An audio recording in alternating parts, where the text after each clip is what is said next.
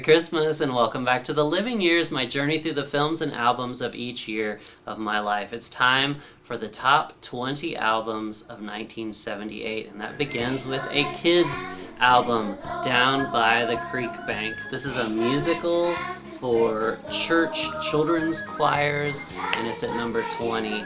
Not only was this a huge part of my childhood, it has also made even bigger impacts in recent years. My father, who has since passed away, recorded several of these songs for a CD that he made my daughter when she was a toddler.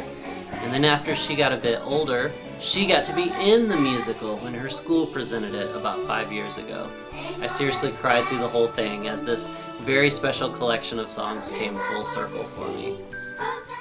My 19th favorite is the triple album soundtrack to The Last Waltz. The band brings their unique blend of American styles, complete with some of the best vocal harmonies around. A variety of other styles are represented by their onslaught of special guests. Dr. John's got the New Orleans sound covered. Blues, both old and new, are here with Muddy Waters and Eric Clapton. I can't decide if I like the soundtrack more than the movie or about the same. At 18 is the first of many instrumental albums from an artist I consider to be the greatest guitarist of all time, Phil Keaggy. On The Master and the Musician, he's got a combination of pastoral acoustic numbers and a few electric jams. Throw in some medieval flute songs and one where his voice is the instrument, and you've got an eclectic palette of greatness going on.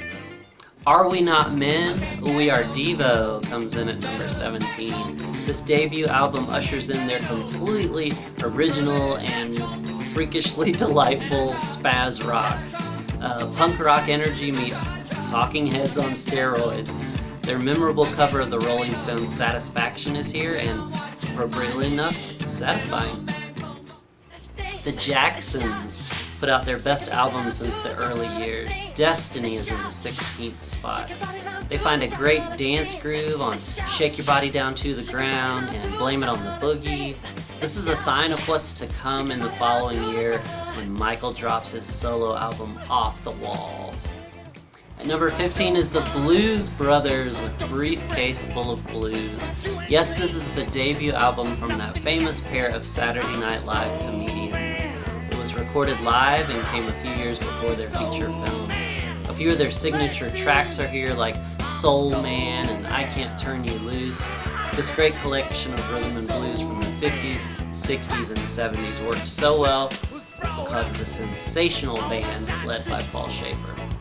The Patti Smith group is at number 14 with Easter. I was really impressed by this album. It's rowdy and rebellious when it needs to be, but with really good song structure that makes me want to listen to it over and over. Also, her biggest hit, Because the Night, this year. This is easily her greatest contribution to the world. 13 is Elvis Costello with this year's Model. His sophomore release adds the Attractions as his permanent backing band. Nick Lowe returns once again to produce, and the notes I took while listening simply say, fire! Every track is a winner. Classic hipster rock and roll. At number 12 is the first of 3 film soundtracks to make the top 20, and that's The Wiz. Diana Ross, Michael Jackson, and the rest of the cast have created a great collection under the guidance of legendary producer Quincy Jones. It beefs up the songs from the original stage show and adds some new pieces in as well. Ease On Down the Road and Brand New Day are among my favorite songs of the decade. Just barely missing the top 10 is the debut album of The Cars at 11. Right out of the gate is the 1-2-3 combo of Good Times Roll, Best Friend's Girl, and Just What I Needed. The rest is memorable as well, particularly for their first time out. I look forward to seeing these guys on future countdowns as well. So, we are down to the top 10. I can't wait to share these favorites with you next time. See you then, and thanks for watching.